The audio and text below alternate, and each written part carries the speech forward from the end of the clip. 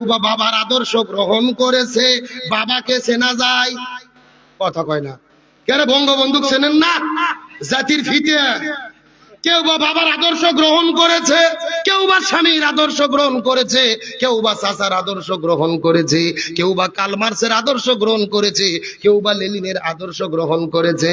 এই শিবগঞ্জের মুসলমান চিৎকার করে বলেন তো দেখি, নবীকে বাদ দিয়ে বাবা, চাচা, খালু ইত্যাদি ইত্যাদি যদি কোনো ব্যক্তির কেউ আদর্শ গ্রহণ করে, বিনে হিসেবে তাদেরকে যেতে হবে কোথায়? আরো জোরে বলেন। তার মানে বোঝা গেল, জান্নাতে যদি যেতে চাই, নবীর আদর্শ গ্রহণ করা ছাড়া কোনো উপায়। আচ্ছা, দুই একজন করে উঠতি ছাড়া কারা? নবীর আদর্শের কথা শুনে ওটা তো লক্ষণ ভালো না। এরা কোন আদর্শের লোক? এ গভীর মনোযোগ লক্ষ্য করে বোঝার চেষ্টা করবেন। যেই নবীকে আল্লাহ তাআলা জমিনের মধ্যে নেতা করে প্রেরণ করেছেন, চিৎকার করে বলেন তো দেখি কি করে প্রেরণ করেছেন? আল্লাহ কোরআনের মধ্যে কত চমৎকার করে বলেন, ইয়াসিন। ইয়া শব্দটি হরফে নিদা। হরফে নিদা ওই সমস্ত হরফগুলোকে বলা হয় যে হরফগুলো দিয়ে মানুষদেরকে ডাকা হয়, আহ্বান করা হয়। আর সিন মানে হলো সাইয়্যেদ। সাইয়্যেদ অর্থ হলো নেতা। রাইসুল মুফাসসিরিন হযরত আব্দুল্লাহ ইবনে আব্বাস, হযরত আব্দুল্লাহ ইবনে মাসউদ রাদিয়াল্লাহু তাআলা আনহুমা আয়াতের ব্যাপারে ব্যাখ্যা করে বলেন, এই জায়গার মধ্যে সাইয়্যেদ অর্থ পাঁচটি। এক নম্বর হলেন সাইয়্যেদুল বাশার। এই জমিনের ভেতরে আল্লাহ যত মানুষ সৃষ্টি করেছে, প্রত্যেকটা মানুষের নেতা হলেন আমাদের নবী। দুই নম্বর সাইয়্যেদুল আম্বিয়া। আল্লাহ তাআলা যতগুলো নবী প্রেরণ করেছেন, সবগুলো নবীদের নেতা হলেন আমাদের নবী। তিন নম্বর সাইয়্যেদুল মুরসালিন। এই দুনিয়ার ভেতরে আল্লাহ তাআলা যত রাসূল প্রেরণ করেছেন, সবগুলো রাসূলের নেতা হলেন আমাদের নবী। চার নম্বর সাইয়্যেদুল কাউনাইন। আল্লাহ তাআলা দুজান সৃষ্টি করেছে, দুজানের নেতা হলেন আমাদের নবী। আর পাঁচ নম্বর হলো সাইয়্যেদুল আলামিন। আল্লাহ যত জগৎ সৃষ্টি করেছে, প্রত্যেকটা জগতের নেতা হলেন আমাদের নবী। জোরে বলেন আল্লাহু আকবার। আমাদের নবী সমস্ত মানুষের নেতা, সমস্ত নবীর নেতা, সমস্ত রসুলের নেতা, তামাম জানের নেতা, বিশ্ব জগতের নেতা। এখন আপনাদের প্রশ্ন করতে চাই, ওই নবীকে নেতা মানার দরকার আছে না নাই? এ গভীর মনোযোগ দিয়ে কথাগুলো বোঝার চেষ্টা করবেন। আমার নবীজিকে কেমন ভাবে নেতা মানবেন? ওই নবীজি হাদিস শরীফের মধ্যে কত চমৎকার করে বলেন, মান তাসাব্বা বিকওম ফাহুয়া মিনহুম। যার সঙ্গে যার মহব্বত, তার সঙ্গে তার কিয়ামত। যার সঙ্গে যার মহব্বত, তার সঙ্গে তার কিয়ামত। হাদিসের ব্যাখ্যায় মুহাদ্দিসগণ বর্ণনা করে বলেন, এই দুনিয়ার ভেতরে যে যে দল করবে, ওই দলের সাথে তার হাসর নাসর হবে। তার মানে আওয়ামী লীগের হাসর হবে আওয়ামী লীগের সাথে, বিএনপির হাসর হবে বিএনপির সাথে, চরমোনাই পীরের মুরিদদের হাসর হবে চরমোনাই পীরের সাথে, আর জামাত ইসলামের হাসর হবে জামাত ইসলামের সাথে। এখন হয়তো আপনি বলবেন, হুজুর দলিল দেন, দলিল ছাড়া কথা বলা যাবে না। সূরাটির নাম সূরা বনী ইসরাইল, আয়াত নম্বর হলো ৭১। আল্লাহ কত চমৎকার করে বলেন, ইয়াউমা নাদউ কুল্লা উনাসিম বিইমামিহিম। আল্লাহ তাআলা ডাকতে বলে, এ পৃথিবীর মানুষেরা, হাসরের ময়দানে কোনো মানুষ কিন্তু একা উঠবে না। প্রত্যেকটা মানুষের সামনে থাকবে তার নেতা। সামনে থাকবে কি? এই হাসরের ময়দানে আমি একা থাকবো না, আপনিও একা থাকবেন না। আজকের প্রধান অতিথি একা থাকবে না, সভাপতি একা থাকবে না, প্রত্যেকের সামনে কিন্তু থাকবে তার নেতা। আয়াতটা যদি ভালো করে বোঝার চেষ্টা করেন, লক্ষ্য করেন, ওই হাসরের ময়দানে লক্ষ্য করে দেখা যাবে, এই দুনিয়ার ভেতরে আওয়ামী লীগ নামক দল যারা করেছে, হাসরের ময়দানে দেখা যাবে তাদের সামনে প্রথম দাঁড়িয়ে যাবে বঙ্গবন্ধু শেখ মুজিবুর রহমান, তারপরে দাঁড়িয়ে যাবে 16 বছরের স্বৈরাচার কাঁঠাল রানী হাসিনা। এ জোরে বলেন। এরপরে ওবায়দুল কাদের, তারপরে অন্যান্য নেতা কর্মী। এই দেশের মধ্যে বিএনপি নামক দল যেই ভাইয়েরা করে, হাসরের ময়দানে লক্ষ্য করে দেখা যাবে তাদের সামনে প্রথম দাঁড়িয়ে যাবে শহীদ প্রেসিডেন্ট জিয়াউর রহমান, তারপরে ম্যাডাম খালেদা জিয়া, তারেক জিয়া, মির্জা ফখরুল ইসলাম আলমগীর, অন্যান্য নেতা কর্মীরা, এই দেশের মধ্যে যারা চরমোনাই পীরের মুরিদ হয়েছে, হাসরের ময়দানে লক্ষ্য করে দেখা যাবে তাদের সামনে প্রথম দাঁড়িয়ে যাবে মরহুম পীর সাহেব হুজুর, তারপরে মুফতি ফয়জুল করিম, মুফতি রিজাউল করিম, তারপরে অন্যান্য মুরিদেরা। এই দেশের মধ্যে জামাত ইসলাম নামক দল যারা করে, হাসরের ময়দানে দেখা যাবে তাদের সামনে প্রথম দাঁড়িয়ে যাবে এই দলের প্রতিষ্ঠাতা আল্লামা সৈয়দ আবুল আলা মওদুদী রাহিমাহুল্লাহ, তারপরে মাওলানা মতিউর রহমান নিজামী, অধ্যাপক গোলাম আজম, তারপরে দাঁড়িয়ে যাবে কোরআনের পাখি শহীদ আল্লামা দেলোয়ার হোসাইন সাইদি, এরপর আমিরা জামাত ডাক্তার শফিকুর রহমান, তারপরে অন্যান্য নেতা, তারপরে কর্মীরা। আল্লাহর কোরআনের বক্তব্য, হাসরের ময়দানে প্রত্যেকটা মানুষের সামনে থাকবে তার নেতা। এই শিবগঞ্জের মুসলমান আয়াতটা জীবনের সঙ্গে মিল করেন। এখন আপনি এই দুনিয়ার ভেতরে এমন নেতার পেছনে আপনি ঘুরেছেন যেই নেতাগুলো জনগণের চাল ডাল গম চুরি করে খায়, রাস্তা করার দায়িত্ব পাইলে রড বালু সিমেন্ট চুরি করে খায়, ব্রিজ করার দায়িত্ব পাইলে বলে আপনারা ধরা খাইয়ে বসে আছেন। এ কথা বলেন, কথা বলেন। এ নেতা মানা দুনিয়ার কোনো বিষয় নয়। এই দুনিয়াতে আপনি যাকে নেতা মানবেন, হাসরের ময়দানে আপনি তাকে সামনে পাবেন। এখন ওই হাসরের ময়দানে দাড়ি টুপিওয়ালা রাসূলের আদর্শ গ্রহণ করা আলেমদেরকে সামনে চান, নাকি সুদখোর, ঘুষখোর, চিটার বাটপার, CNG stand, tempo stand, bus stand দখলকারী চাঁদাবাজিদেরকে সামনে দেখতে চান? বাড়িতে যাওয়ার পরে বিছানাতে শুয়ে বইয়ের সাথে চিন্তা ভাবনা করে ভালো করে বুঝে শুনে সিদ্ধান্ত নেবেন। কতক্ষণ লাগা না না, আমাকে কমিটি হাতে লাঠি দেয়নি যে আপনাদের পিটাইয়া আমি ওয়াজ বুঝাবো না। আমার দায়িত্ব কোরআনের বক্তব্য দেওয়া, মানা না মানা আপনাদের ব্যাপার।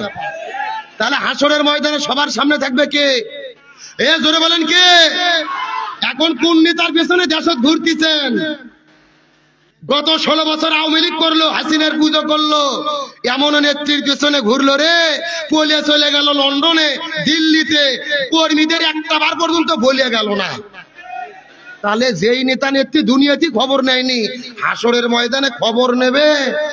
রাবেয়া বস্ত্রী হাসিনা বলবে আমার কোনো দলই ছিল না। কথা কর না কা? এখন আবার বলতেছি আমি সীমান্তের কাছে আছি, যে কোনো সময় চট করে ঢুকে পড়তে পারি। আমরা বলতেছি ম্যাডাম আসেন, এটা তো আপনার বাবার দেশ, আপনি আসেন, আপনি চট করে ঢুকবেন, আর আমরা আপনাকে ফট করে আয়না ঘরে ঢুকে দেবো। জোরে বলেন কি ঘর? বুবু বাইশো চট করিয়া আয়না ঘরটা তোমার জন্য রাখছি গো সাজাইয়া, রিসিপশনে বইসাই আছি জুতার মালা লইয়া, বুবু বাইশো চট করিয়া আয়না ঘরটা তোমার জন্য রাখছি গো সাজাইয়া। এই আল্লাহর কোরআন বলেছে কুতিবা আলাইকুমুল কিসাস, জীবনের পরিবর্তে জীবন, হাতের পরিবর্তে হাত, পায়ের পরিবর্তে পা, চোখের পরিবর্তে চোখ। এই আয়াতের ডিজিটাল তাফসীর হলো আয়না ঘরের পরিবর্তে আয়না ঘর। ও বুবু আইবা, তুমি আইবা গো, এইবার আইসা বুবু ক্ষমতা পাইবা না। যারা ঠিক বলবে না মনে করবেন ভেজাল আছে। এ জোরে বলেন ঠিক। বুবু আইবা, তুমি আইবা গো, এইবার আইসা বুবু ক্ষমতা পাইবা না। খোঁজনেই বুবু কাদের কাকার অবস্থা খারাপ, দরবেশ বাবার হাউল আঙ্কেল এখন সামনে আসে না। নেতা কর্মী সব জেলের ভেতর, বুবু আছে ডরের উপর, কখন জানি আসে গ্রেফতারি পরোয়ানা। বুবু আইবা, তুমি আইবা গো, এইবার আইসা বুবু সিয়ার পাইবা না। এ কথা বলেন ঠিক কিনা? আলোচনা কি চলবে? কারা কারা চলবে? দুটি হাত আল্লাহকে তুলে দেখান। লিল্লাহে তাকবীর। আজকের মাহফিল চলছে, চলবে। সাফায়ের মাহফিল পিটালি তোলার মাহফিল কতক্ষণ চলবে? সারা রাত। খেরে ডেকে হুজুর মারা বাজ নাকি? আবার ভাইরা ঘড়ির কাটায় 12টা বেজে গেছে, আর মিনিট 15 টাইম কি দেওয়া যাবে? আরো 1 ঘন্টা? না না, এতক্ষণ সময় আমি নেব না। আমার প্রধান অতিথি বড় ভাই সারাদিন গণসংযোগ করে এসে উপস্থিত হয়েছেন, উনিও চলে যাবেন। আর 15 মিনিট টাইম কি দেওয়া যাবে? জোরে বলেন, দেওয়া যাবে? আলোচনা চলছে, তবে কোনো ওটা উটি করা যাবে? আচ্ছা, যে পেছনে দাঁড়িয়ে আছে ওরা কারা? ওরা কারা? কোথা থেকে এলো? জি, বসে গেছে, আলহামদুলিল্লাহ বলেন। তাহলে আমার কথা, মেসেজটা ভালো করে বোঝার চেষ্টা করেন। আখিরাত ভালো করার জন্য এই দুনিয়াতে ভালো নেতার পেছনে ঘোরার দরকার আছে না নাই? এখন আপনাদের মনে প্রশ্ন জাগতে পারে, হুজুর রসুল তো 1450 বছর আগে চলে গেছে, আমরা ওই নবীকে কেমনে নেতা মানবো? প্রশ্ন আছে না নাই? একেবারে সোজা কথা। রসুলের সুন্নাত টুপি যেই নেতার মাথার মধ্যে আছে, রসুলের সুন্নাত দাড়ি যেই নেতার মুখের ভেতরে আছে, রসুল যেই আদর্শ বাস্তবায়নের আন্দোলন করেছে, ওই আদর্শ বাস্তবায়নের আন্দোলন যেই নেতা করে, ওই নেতাকেই আপনাদের নেতা মানতে হবে। কথা কি ক্লিয়ার না ভেজাল আছে? আর যদি সাদাবাজদের নেতা মানেন, বিপদ আছে না নাই?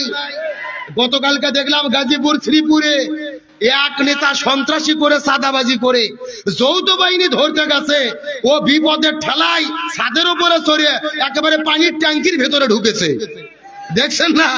একেবারে পানির ট্যাঙ্কের মধ্যে ঢুকে ডুব পাচ্ছে।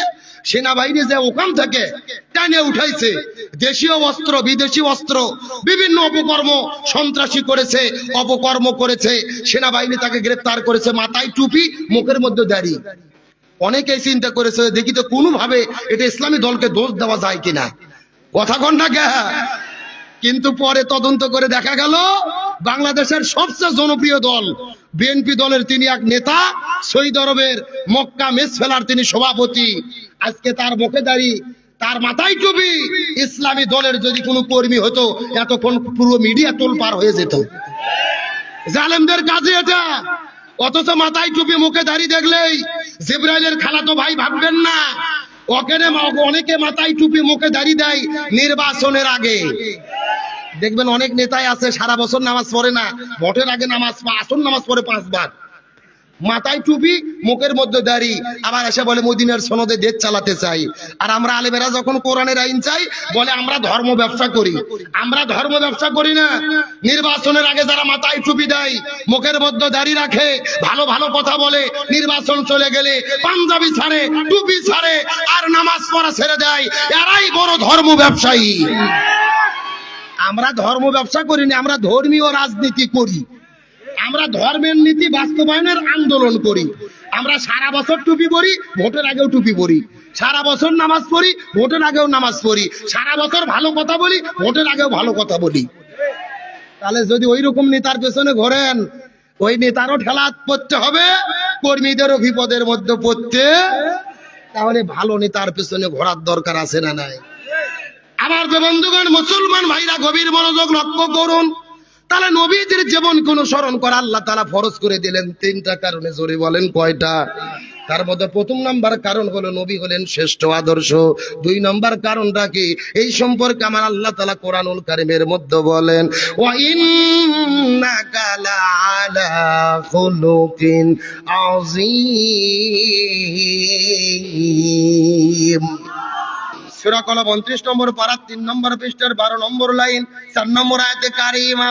তাফসীর ইবনে কাসিরের মধ্যে থেকে বলতেছি, আল্লাহ তাআলা ডাক দেয় বলে, পৃথিবীর মানুষেরা ভালো করে বোঝার চেষ্টা করো।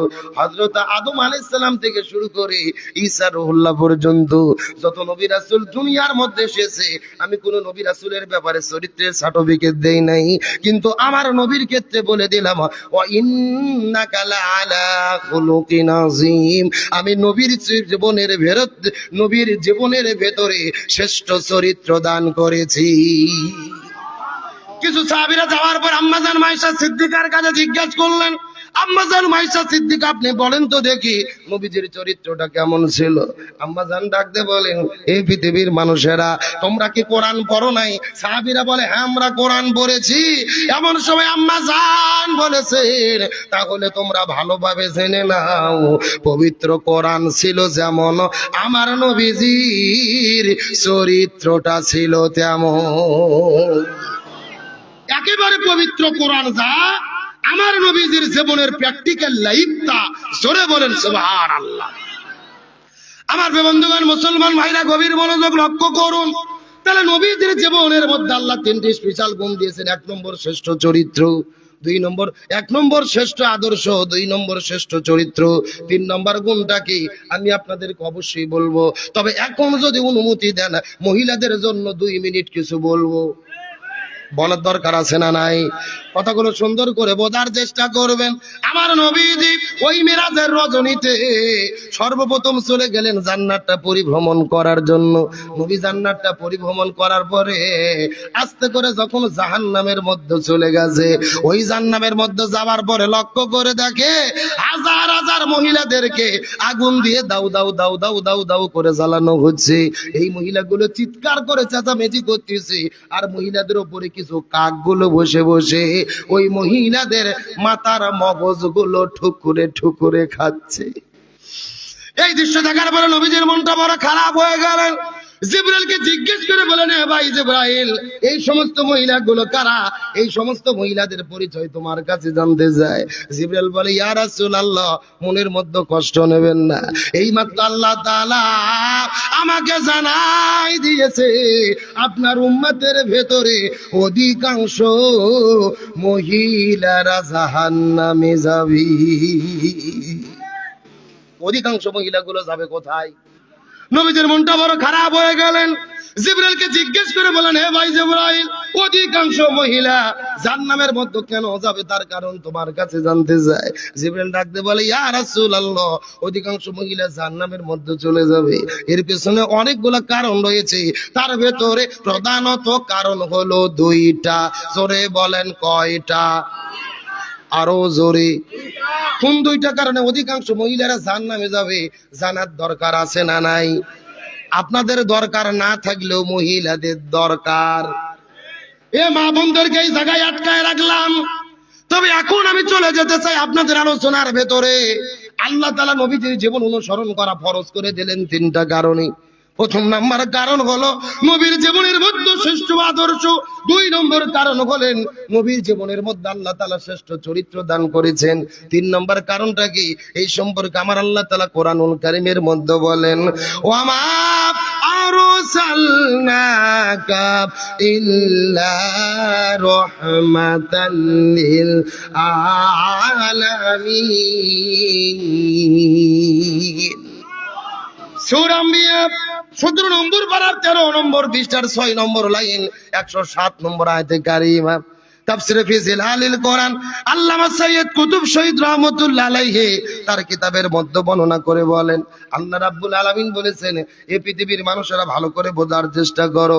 আসমান বলো, জমিন বলো, গ্রহ বলো, নক্ষত্র বলো, জ্যোতিষ্ক মণ্ডলী বলো, নিহারিকা বলো, আমি আল্লাহ তাআলা মহাবিশ্বের ভিতরে যতগুলো জগৎ সৃষ্টি করেছি, প্রত্যেকটা জগতের রহমত স্বরূপ আমি আমার নবীকে প্রেরণ করেছি।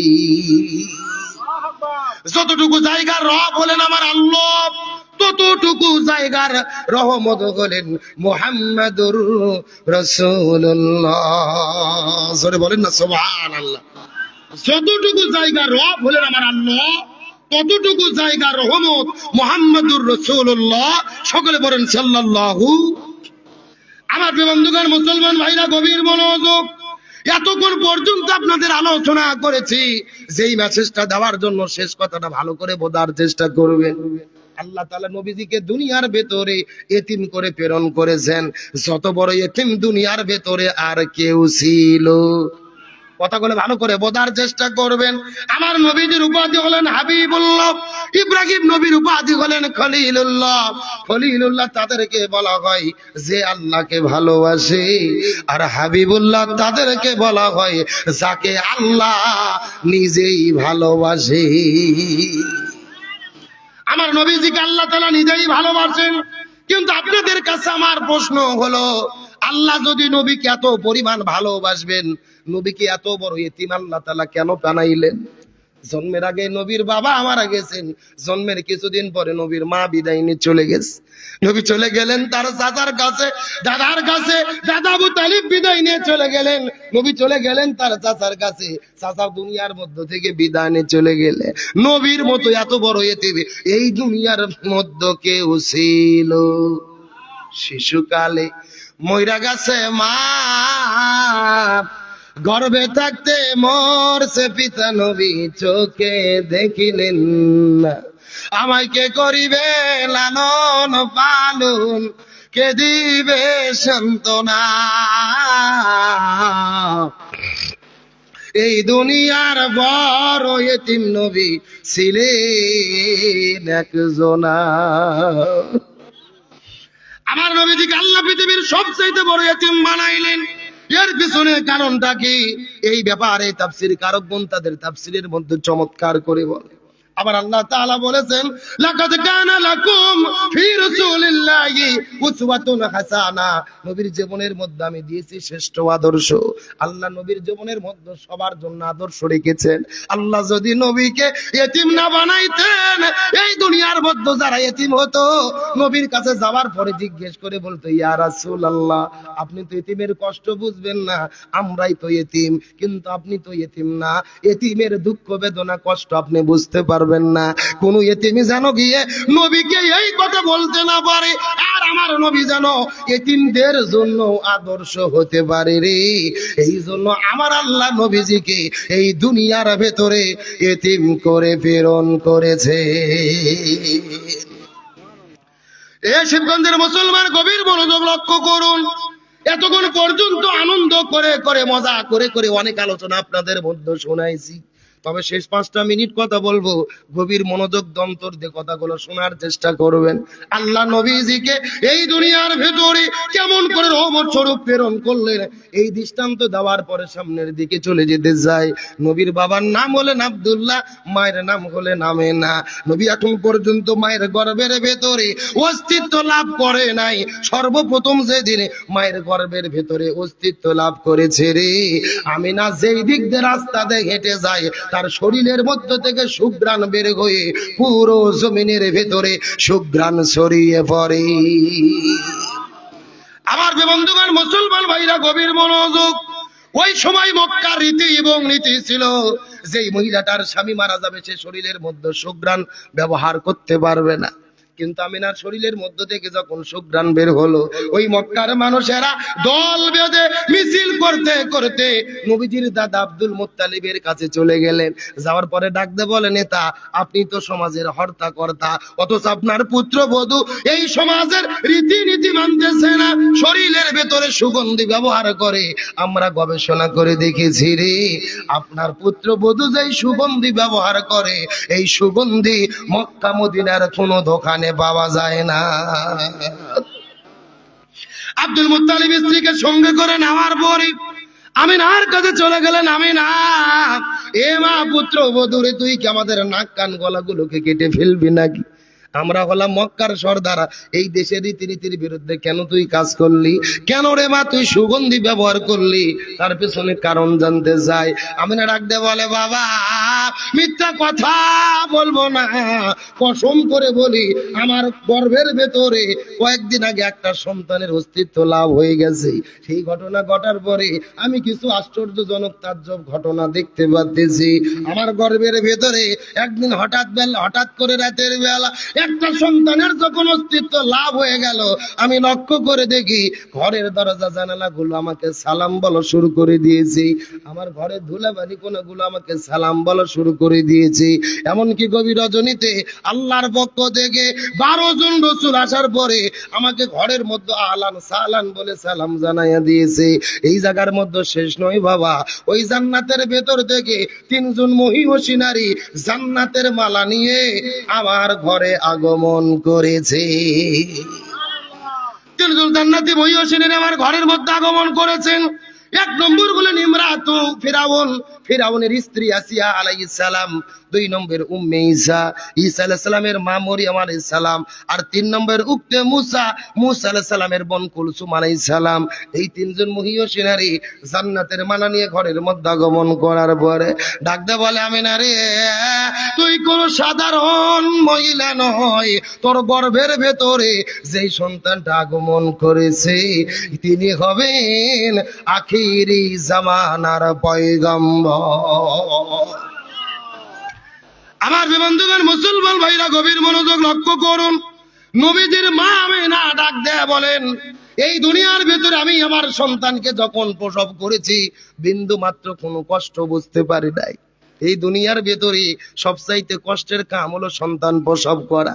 আপনিও কষ্ট বুঝবেন না, আমিও বুঝবো না, আমার স্ত্রী বোঝে সন্তান কষ্টের কি, সন্তান জন্মে দানের কি বেদনা। আপনার মা জানে, আমার মা জানে সন্তান প্রসবের কি বেদনা। এই দুনিয়ার চিকিৎসা বিজ্ঞানী গুণ বলেছেন, এই দুনিয়াতে সন্তান প্রসবের মতো এত যন্ত্রণা কোনো কাম নাই। আর সন্তান গর্ভের ভেতরে আসার পরে 6 মাস যখন বয়স পার হয়ে যায়, 7 মাস যখন বয়সের মধ্যে সন্তান হয়ে যায়, ওই সন্তানের মাথা থাকে কিন্তু নিচের দিকে, পা থাকে উপরের দিকে। 7 মাস যখন বয়স শুরু হয়ে যায়, ওই পা গুলো মায়ের কলিজা বরাবর ঠেকে যায়। আপনার সন্তানের মাথা থাকে নিচের দিকে, পা থাকে উপরের দিকে, কলিজা বরাবর। ওই পা দিয়ে প্রতিদিন মায়ের কলিজার মধ্যে লাথি মারতে থাকে। রাতের বেলা লাথি দেয়, দিনের বেলা লাথি দেয়। আপনিও ঘুমান, আমিও ঘুমাই, আপনার স্ত্রী ঘুমাতে পারে না, আমার স্ত্রী ঘুমাতে পারে না, মা ঘুমাতে পারে না। ওই সন্তান কলিজার মধ্যে বারবার আঘাত মারতে থাকে। এই দুনিয়ার চিকিৎসা বিজ্ঞানী গুণ বলে, আমাদের মাথাগুলো ফেল পড়ে যায়। এই দুনিয়ার ভেতরে সুস্থ কোন মানুষের কলিজার মধ্যে যদি সামান্য আঘাত করা হতো, ওই মার দুনিয়ার মধ্যে বেঁচে থাকা কখনোই সম্ভব ছিল না রে। কিন্তু আমাদের পরীক্ষা ফেলে হয়ে যায় যেই সন্তান মায়ের গর্ভের ভেতরে এই 3-4 মাসের ভেতরে 1 নয় 2 নয় 3000 বার থেকে 3500 বার পর্যন্ত ওই সন্তান মায়ের কলিজার মধ্যে ধাক্কা মারতে থাকে, লাথি মারতে থাকে। আর যেই সন্তান মায়ের কলিজার ভেতরে যত বেশি লাথি মারে, ওই মায়ের সাথে সন্তানের সম্পর্ক মোহাব্বত আল্লাহ তাআলা আরো তত বৃদ্ধি করে দেয়। লিল্লাহি তাকবীর। এসবের মুসলমান গভীর মনোযোগ বোঝার চেষ্টা করবেন। এই দুনিয়ার মধ্যে সবচাইতে কষ্টের কাম হলো সন্তান গর্ভে ধারণ করে সেই সন্তানকে জমিনের মধ্যে প্রসব করা। সন্তান যখন প্রসব হয়ে যায়, মায়ের জরায়ুর মধ্য থেকে বড় বড় 3টা ভেদ করতে হয়। 3টা বড় বড় পর্দা ভেদ করে ওই সন্তান দুনিয়ার মধ্যে আগমন করে। প্রসবের যখন সময় হয়ে যায়, সন্তানের মাথা থাকে নিচের দিকে, পা থাকে উপরের দিকে। ওই সন্তান কিন্তু বের হয়ে আসার জন্য, দুনিয়ার আলো দেখার জন্য যুদ্ধ শুরু করে দেয়। মায়ের গর্ভের মধ্য থেকে বের হয়ে আসার জন্য চেষ্টা করে। যখন বের হয়ে আসার চেষ্টা করে, পা গুলো কিন্তু কলিজা বরাবর লেগে যায়। ওই কলিজার একেবারে পা লেগে থাকে। আর মাথাটা জরায়ুর দিক থেকে, পিছন দিক থেকে বের হয়ে আসার চেষ্টা করে। বারবার কলিজায় ধাক্কা মারে। আর দুনিয়ার মধ্যে প্রসবের সময় তিনি চেষ্টা করে। আমার বন্ধুগণ, মুসলমান ভাইরা, এমনও মা আছে সন্তান প্রসবের কষ্ট সহ্য করতে পারে না, এই দুনিয়ার মধ্য থেকে বিদায় নিয়ে চলে যায়। আর 90% মহিলারা সন্তান প্রসবের সময় বেদনা সহ্য করতে না পারে অনেকে অজ্ঞান হয়ে পড়ে যায়, অনেকে সেন্সলেস হয়ে পড়ে যায়। কিন্তু ডাক্তাররা বলে, এই যে মা সন্তান প্রসবের সময় অজ্ঞান হয়ে পড়ে গেলেন, ওই সন্তান দুনিয়ার মধ্যে আসার পরে যখন মা মা বলে কান্না করে, ওই সন্তানকে উঠায়া মায়ের বুকে লাগিয়ে দেওয়ার সাথে সাথে মনে হয় মৃত মাকে আল্লাহ আবার পরিপূর্ণ জীবিত করে দেয়। এ চাপাইয়ের মুসলমান, এ শিবগঞ্জের মুসলমান, যেই মা এত কষ্ট ভোগ করে, আপনাকে গর্বে রাখলেন, আমাকে গর্বে রাখলেন, দুনিয়ার মুখ দেখাইলেন, ওই বাবা মার সঙ্গে খারাপ ব্যবহার করে এমন সন্তান আমাদের দেশের মধ্যে আছে না নাই? খবরদার খবরদার, এই দুনিয়া ধ্বংস হয়ে যাবে, আখিরাত ধ্বংস হয়ে যাবে যেই সন্তান পিতামাতার সঙ্গে খারাপ ব্যবহার করবে। পিতামাতার সঙ্গে ভালো ব্যবহার করার জন্য আল্লাহ আদেশ দিয়েছে। এই শিবগঞ্জের মুসলমান, সময় কম, আমি বাইরে যেতে পারবো না। যেই বিষয়টা বোঝানোর জন্য এতটুকু আলোচনা করলাম, তার মানে বোঝা গেল সন্তান প্রসবের একটা কষ্ট আছে না নাই? কিন্তু নবীর মা আমেনা বলে, আমি আমার সন্তানকে প্রসব করেছি, কসম করে বলি আমি আমিনা বিন্দু মাত্র কোনো কষ্ট অনুভব করি না। লিল্লাহি তাকবীর। ওমা আরসালনাকা ইল্লা রাহমাতাল লিল আলামিন।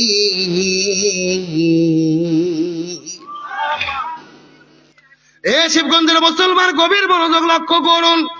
আল্লাহ নবীজিকে রহমত স্বরূপ প্রেরণ করলেন, কিন্তু নবীজির বাবা গেল, মা গেল, দাদা গেলেন, দাদি গেলেন। নবী হলেন দুনিয়ার মধ্যে সবচাইতে বড় এতিম। কিন্তু নবীর চাচা আবু তালেব নবীকে বাড়িতে থাকার মতো জায়গা দিলেন, খাবার দিলেন, খাদ্য দিলেন, শরীরের মধ্যে পোশাক দিলেন। নবীজির শরীরের ভেতরে লালন পালন করার সব দায়িত্ব আবু তালিব বুঝে নিলেন। আবু তালিব নবীকে লালন পালন করা শুরু করে দিলেন, বাড়িতে থাকার জায়গা দিলেন, খাবার দিলেন, সন্তানের মতো লালন পালন করলেন। কিন্তু আপনাদের জিজ্ঞাসা করি, বলেন তো আবু তালিব কি জান্নাতে যেতে পারবে?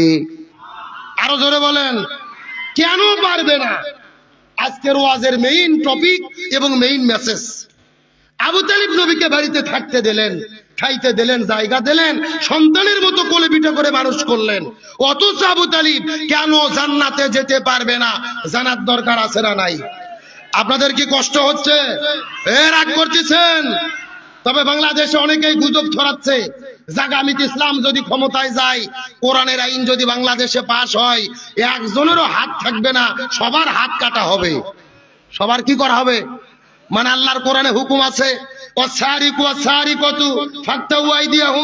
যদি কেউ চুরি করে, ছেলে হোক অথবা মেয়ে হোক, তাদের হাত কেটে দিতে হবে। কার কথা? কিন্তু এই আয়াতের সঠিক ব্যাখ্যা কোন নেতাও বলে না, কোন হুজুরও বলে না। ভালো করে বোঝেন, ইসলামী রাষ্ট্র যদি কায়েম হয়, কারো হাত থাকবে না, সবার হাত কাটা হবে। এই সমালোচনা গুজবের জবাব দেওয়ার দরকার আছে না নাই? এই আয়াতের সঠিক ফতুয়া কি ভালো করে বোঝেন। চুরি হলো দুই প্রকার, জোরে বলেন কয় প্রকার? একটা হলো অভাব, আর একটা হলো স্বভাব। ভালো করে বোঝেন। আপনাদের শিবগঞ্জে আলু চুরি করে, বেগুন মরিচ চুরি করে, এরকম দুই চারটে ছেঁচড়া চোর নাই? আচ্ছা বলেন তো, এই চোরেরা কি অভাবে চুরি করে না স্বভাবে? না, এদের কোনো স্বভাব না, অভাব। বাড়িতে খাবার নাই, চাল নাই, ডাল নাই, বাজার করবে টাকা নাই, এই জন্য চুরি করে। আল্লাহর কোরআন বলতেছে না, অভাবে যারা চুরি করে এদের হাত কাটা যাবে না। এদের সর্বপ্রথম 5টা বিষয়ের গ্যারান্টি দিতে হবে।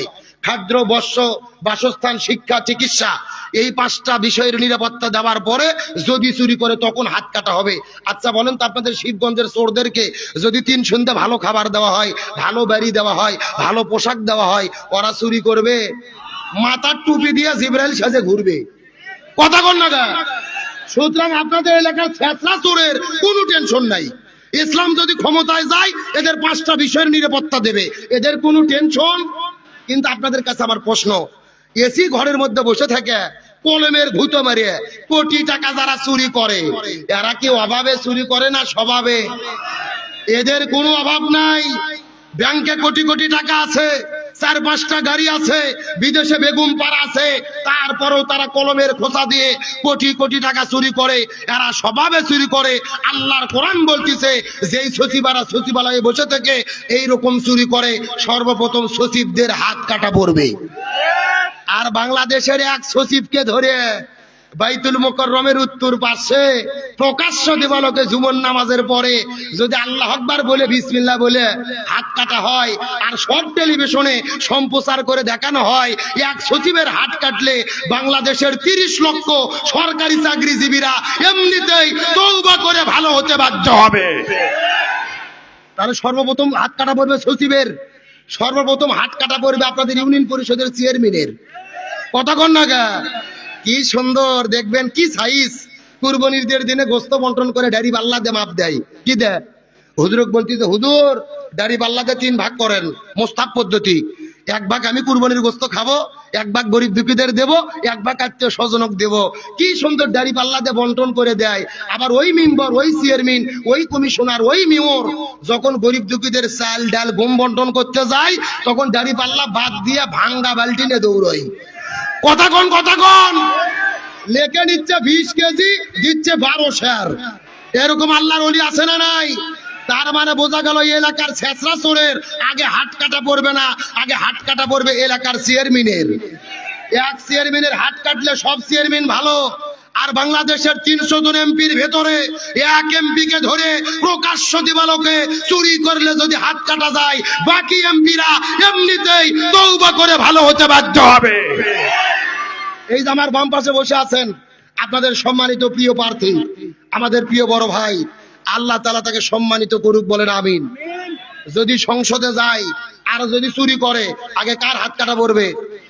তাহলে প্রথম টেনশন এমপির, তারপরে সচিবের, গ্রামের ছেঁচড়া চোরের হিসাব বহু পরে। কথা বলেন ঠিক কিনা? এখন প্রশ্ন করি, আপনারা হজ উমরা করতে তো 2-1 জন গেছেন, সৌদি আরবে যাননি?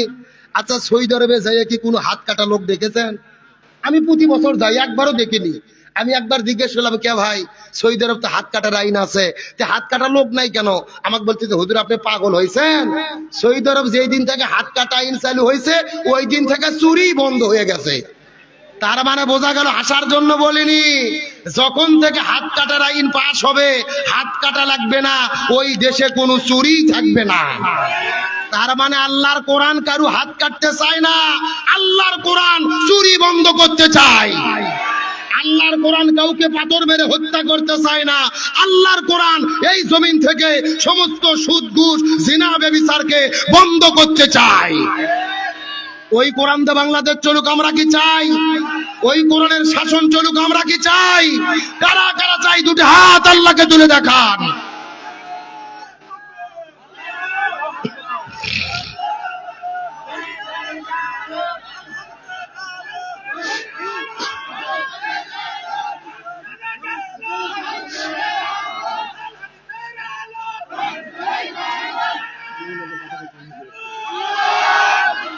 আল্লাহ কবুল করুক, বলেন আমিন। আপনাদের কি কষ্ট হচ্ছে? তাহলে জোরে বলেন, শান্তির জন্য কি লাগবে? নিরাপত্তার জন্য কি লাগবে? আবার অনেক হিন্দুদের কিন্তু ভুল বোঝানো হচ্ছে যে ইসলাম যদি ক্ষমতায় যায় হিন্দুরা ধর্ম পালন করতে পারবে না। এরকম গুজব ছড়ানোর লোক আছে না নাই? তবে প্রকৃত শিক্ষিত বুঝবান যারা হিন্দু, তারা বুঝে গেছে ইসলাম ছাড়া রক্ষা নাই। বিশেষ করে বাংলাদেশের একজন সাংবাদিক পিনাকি দাদা, পিনাকি ভুট্টা স্যার, যিনি বিদেশে আছেন, বিদেশ থেকে এই গত 16 বছরে হাসিনার বিরুদ্ধে লড়াই করেছে। কিন্তু দুঃখের বিষয়, আমি বগুড়া জেলার সন্তান, আমার জেলাতে পিনাকি দাদার বাড়ি, অথচ 2 দিন আগে তার বাড়ির চতুর্দিকে তেল ঢেলে দিয়ে তার বাড়ির ভেতরে একটা বৃদ্ধ মা আছে, 100 বছর বয়স। আমি 3 মাস আগে পিনাকি দাদার মার সঙ্গে সাক্ষাৎ করে এসেছি। ওই বাড়ির চতুর্দিকে তেল ঢেলে দিয়ে তার মাকে হত্যা করার উদ্দেশ্যে আগুন জ্বালিয়ে দেওয়া হয়েছে। জোরে বলেন নাউজুবিল্লাহ। আমরা সরকারকে বলতে চাই, বগুড়া জেলার ডিসি, এসপি, তারপর আপনার ওসি সাহেব, প্রশাসন, র্যাব, পুলিশ, বিজিবি, সেনাবাহিনীকে বলতে চাই, যারা পিনাকি দাদার বাড়িতে আগুন লাগিয়ে দিল, বৃদ্ধ মাকে বিপদের মধ্যে ফেললো, 24 ঘন্টার ভেতরে এদের গ্রেফতার করে বিচারের আওতায় আনতে হবে। কোন হিন্দু বিপদে পড়বে, কোন হিন্দু মা বিপদে পড়বে, এটা আমরা সহ্য করব? আমরা ধর্মের ভিত্তিতে দেশকে ভাগ করতে চাই না। যারা রাতের বেলা বাড়িতে আগুন লাগিয়ে দিয়েছে এরা কাপুরুষ ছাড়া কিছু হতে পারে না। কেন লাগিয়ে দিলে? আমরা দেখেছি পিনাকি ভুট্টা স্যার দাদা ইদানিং চাঁদাবাজদের বিরুদ্ধে ভিডিও করতেছে। কথা কোন না, এখন চাঁদাবাজেরা খুবই খেপা, আমাদের বিরুদ্ধে কেন গেল? তবে সরকারকে বলি, রাতের অধীনে একটা বৃদ্ধ মহিলার বাড়িতে যারা আগুন দিল, কারা দিল, এটা বের করার দায়িত্ব আপনাদের। এর পেছনে কোন কোন রাঘব বল আছে সেটাও বের করার দায়িত্ব আপনাদের। আপনাদের নিরাপত্তা দিতে হবে। যদি না পারেন পদত্যাগ করবেন। পিনাকি দাদার বিরুদ্ধে আপনাদের ষড়যন্ত্র আছে, তার বিরুদ্ধে মামলা করেন, বিচার চান, কিন্তু রাতের বেলা তার বৃদ্ধ মায়ের বাড়িতে আগুন দেওয়া এটা কখনো সাহসী পুরুষের কাজ হতে পারে না। তাহলে বলতে চাচ্ছিলাম, ইসলাম যদি ক্ষমতায় যায় হিন্দুদের কোনো বিপদ আছে না? লাকুম দিনুকুম ওয়ালিয়া দিন, যার ধর্ম সে পালন করবে, লা ইকরাহা ফিদ্দিন, দিন সম্পর্কে কোনো জবরদস্তি। কিন্তু এই যে দুর্গাপূজা চলে গেল ভাই, হাসিনার আমলে দেখেছি অনেক আওয়ামী লীগের নেতা মন্দিরে যেয়ে সিঁদুর পর্যন্ত নিয়ে উলু উলু বাজতেছে। কথা কন না। আর এইবার ইসলামী দলের কিছু নেতারা একটু পুজো মন্দিরে হিন্দুদের খোঁজ নিতে গেছে, কিছু লোক ফতুয়া দিচ্ছে, এদের ক্ষমতা যাওয়ার এতই লোভ ধরছে রে। কথা কন না। ভালো করে বোঝেন, আমার নবী মক্কা থেকে মদিনায় যাওয়ার পরে মদিনা রাষ্ট্র গঠন করেছে। হিন্দু, বৌদ্ধ, খ্রিস্টান, মুসলমান সব ধর্মকে নিয়ে সবার নিরাপত্তা নিশ্চিত করেছিল। রসুলের শিক্ষা মদিনার রাষ্ট্রের মতো আমরাও বাংলাদেশে মদিনার রাষ্ট্র কায়েম করতে চাই, যেখানে সকল ধর্মের মানুষেরা নিরাপদে থাকবে। ষড়যন্ত্র ভালো করে বোঝেন। স্বৈরাচার হাসিনা পালিয়ে যাওয়ার পরে ওরা চিন্তা করেছিল নিজেরাই মন্দিরে হামলা করে জামাত বিএনপির উপরে দোষ চাপিয়ে দিতে, কিন্তু জামাত বিএনপির ভাইরা মন্দির পাহারা দিয়ে নিরাপত্তা দিয়ে অন্যায় করে নাই। তারা প্রমাণ করেছে আগামীতে ইসলাম যদি ক্ষমতায় যায় অন্যান্য ধর্মাবলম্বীদের কোনো টেনশন নাই, তারা এই জমিনে নিরাপদে বসবাস করবে। সুতরাং ইসলামের সৌন্দর্য ফুটে তোলার জন্য দায়িত্বশীলরা যারা গিয়েছে, কোনো টেনশন নাই, কোনো বিভ্রান্ত হবেন না, আগামীতে ইসলামের বিজয় হবেই হবে ইনশাআল্লাহ। আলোচনা কি চলবে? তাহলে বলেন দেখি, রাসূলের চাচা আবু তালিব কোথায় যাবে, কেন যাবে?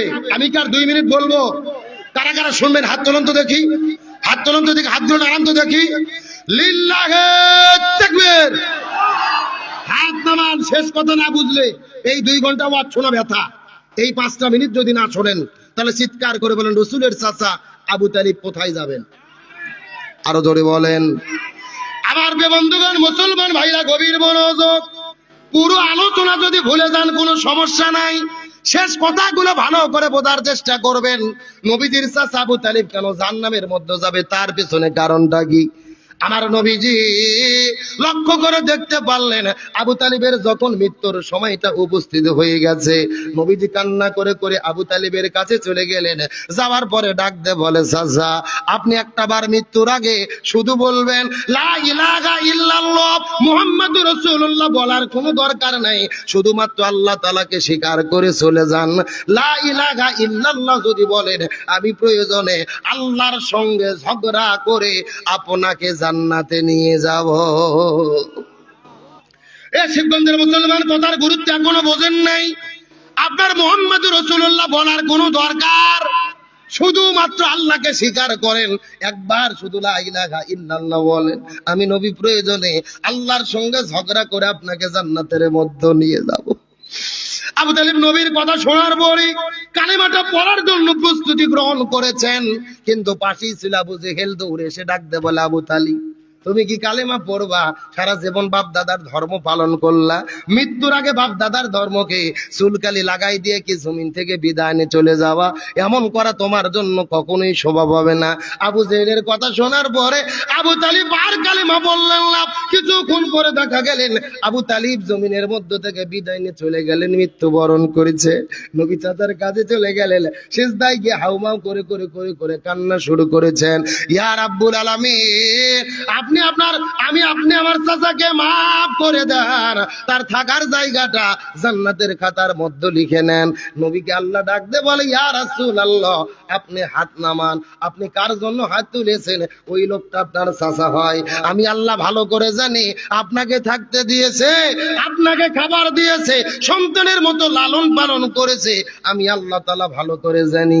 কিন্তু আপনি নবী তাকে কালেমা পড়তে বললেন, আপনার চাচা কখনোই কালেমা পড়ল না।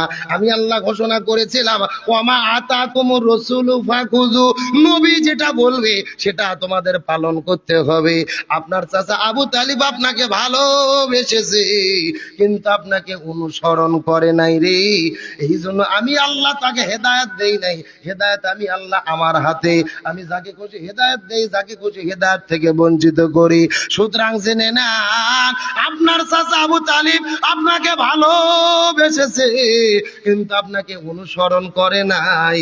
এই জন্য আমি আল্লাহ আবু তালিবকে মাফও করব না, আর আবু তালিবকে কখনোই জান্নাতে দেব না। শিবগঞ্জের মুসলমান, এই আলোচনার দ্বারা কি বুঝলেন? নবীকে থাকতে দিলেন, বাড়িতে খাইতে দিলেন, সন্তানের মতো লালন পালন করলেন, ব্যবসা বাণিজ্য ছেড়ে দিলেন। আপনাদের জিজ্ঞাসা করি, বলেন তো ওই আবু তালিবের মতো নবীকে এত বেশি ভালোবাসাকে আমরা দিতে পারবো? কখনোই পারবো না। কিন্তু এত ভালোবাসা দেওয়ার পরে আবু তালিব কেন জাহান্নামের মধ্যে যাবে? এর পেছনে কারণ হলো শুধুমাত্র নবীকে ভালোবেসেছে, কিন্তু নবীকে অনুসরণ করে নাই।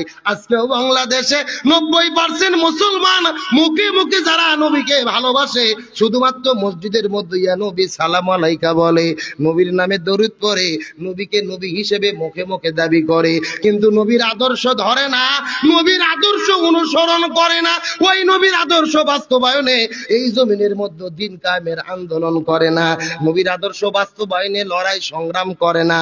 যারা শুধু মুখে মুখে ভালোবাসে কিন্তু নবীকে অনুসরণ করে না, এদেরকেও আবু তালিবের মতোই জাহান্নামে যেতে হবে। আরো জোরে বলেন।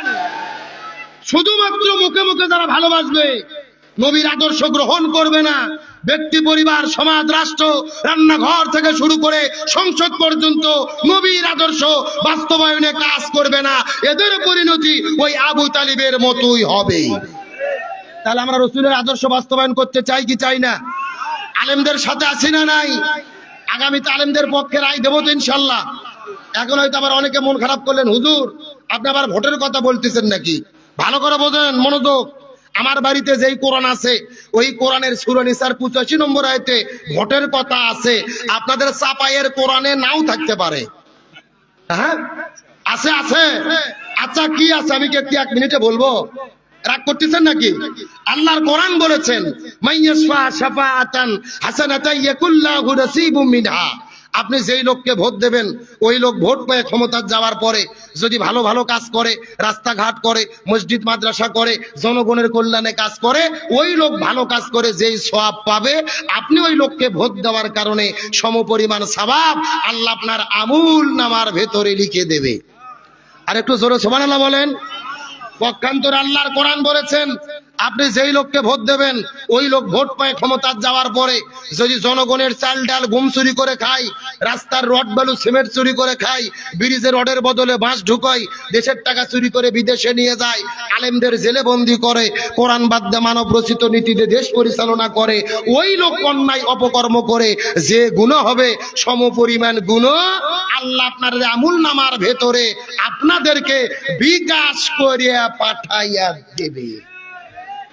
কথা বোঝা যায়? একটা ভোটের কারণে জান্নাত হতে পারে, আবার একটা ভোটের কারণে জাহান্নামও হতে। কিন্তু আমাদের দেশে একটা কথা আছে ভাই, আমার ভোট আমি দেব যাকে খুশি। এটা সম্পূর্ণ কোরআন বিরোধী বক্তব্য। আমার ভোট আমি দেব, যাকে খুশি তাকে দেব না। আমার ভোট আমি দেব দেখে শুনে সৎ যোগ্য ইনসাফপূর্ণ এমন ব্যক্তিকে ভোট দেব, যাকে ভোট দিলে দেশের কল্যাণ হবে, যাকে ভোট দিলে কোরআন পার্লামেন্টে কায়েম হবে। কথা কি বোঝা যায়? অর্ধেক বললে বুদ্ধিমান বোঝে, পুরো বললে গাধাও বোঝে না। আমি মনে করি এখানে কোনো গাধা নাই, আর বুদ্ধিমানদের জন্য ইশারাই যথেষ্ট। কিন্তু অনেকেই গুজব ছড়াচ্ছে যে জামাত ইসলাম ভোট নিয়ে টিকিট বিক্রি করছে, জান্নাতের টিকিট। আপনাদের এইদিকে কি জামাতের নেতারা কি জান্নাতের টিকিট দিচ্ছে নাকি? কেরামত আলী ভাই দিছে? আপনাদের কাছে যায় কি বলে? কি গুজব! আরে ভাই, জান্নাতের টিকিট যদি জামাত ইসলামের ভাইদের কাছে থাকতো, ওরা টিকিট রিজার্ভ করে রাখতো যাতে ওদের 14 গোষ্ঠী কিয়ামত পর্যন্ত জান্নাতে যেতে পারে। কথা কন না গা? ভালো করে বোঝেন, আমরা জান্নাতের টিকিট বিক্রি করি না, তবে জান্নাতে যাওয়ার আমরা রাস্তা দেখাইয়া দেই। তার কারণ জান্নাতের টিকিট বিক্রি করেছে আল্লাহ। জোরে বলেন কে? আল্লাহ জান্নাতের টিকিট বিক্রি করেছে। দলিল সূরা তাওবার 111 নম্বর আয়াত, ইন্নাল্লাহা আশতারা মিনাল মুমিনিনা আনফুসাহুম ওয়া আমওয়ালাহুম বিআন্না লাহুমুল জান্নাহ। আল্লাহ বলতেছে আমি জান্নাত বিক্রি করে দিয়েছি ঈমানদারদের জীবন এবং সম্পদের বিনিময়ে। সুবহানাল্লাহ বলেন। তার মানে বোঝা গেল এই জমিনে যারা দিন কায়েমের আন্দোলন করবে, ইসলাম প্রতিষ্ঠার জন্য জীবন দেবে, জান দেবে, মাল দেবে, তারাই আল্লাহর জান্নাতে যেতে পারবে। তাহলে আমরা তো এই পথ দেখে দিচ্ছি যে ইসলামের জন্য আপনি সব ব্যয় করেন। কুল ইন্না সলাতি ওয়া নুসুকি ওয়া মাহইয়ায়া ওয়া মামাতি লিল্লাহি রাব্বিল আলামিন। আমাদের জীবন সম্পদ বেঁচে থাকা মরে যাওয়া সবকিছু কার জন্য? সুতরাং গুজবে কান দেবেন না। আল্লাহর রহমতে আলেমেরা যদি ঐক্যবদ্ধ হয়, এই বাংলার জমিনে এইবার ইসলামের বিজয় হবেই হবে ইনশাআল্লাহ। আল্লাহ তাআলা এই জমিনকে কোরআনের জন্য কবুল করুক, বলেন আমিন। তাহলে অধিকাংশ মহিলা জাহান্নামে যাবে কয়টা কারণে? আরো জোরে বলেন। আমি 2 মিনিটে অবশ্যই বলবো, তবে তার আগে জিজ্ঞেস করতে চাই, আজকের মাহফিল হওয়াতে আপনারা খুশি না বেজার? কারা কারা বেজার একটু হাত তোলেন তো। হ্যাঁ, এইবার বোঝা গেল কারা কারা বেজার। সত্য সত্য কারা কারা খুশি, এবার হাত উঠান। কারা কারা খুশি? চিৎকার করে বলেন ইয়া রাব্বাল আলামিন। আজকের মাহফিলকে আপনি কবুল করে নেন। এই মাহফিলের ওসিলা করে আমাদের সবাইকে মাফ করে দেন। এই মাহফিলে আমাদের সামর্থ্য মতো দান করার তৌফিক দেন। সকলে বলেন আমিন।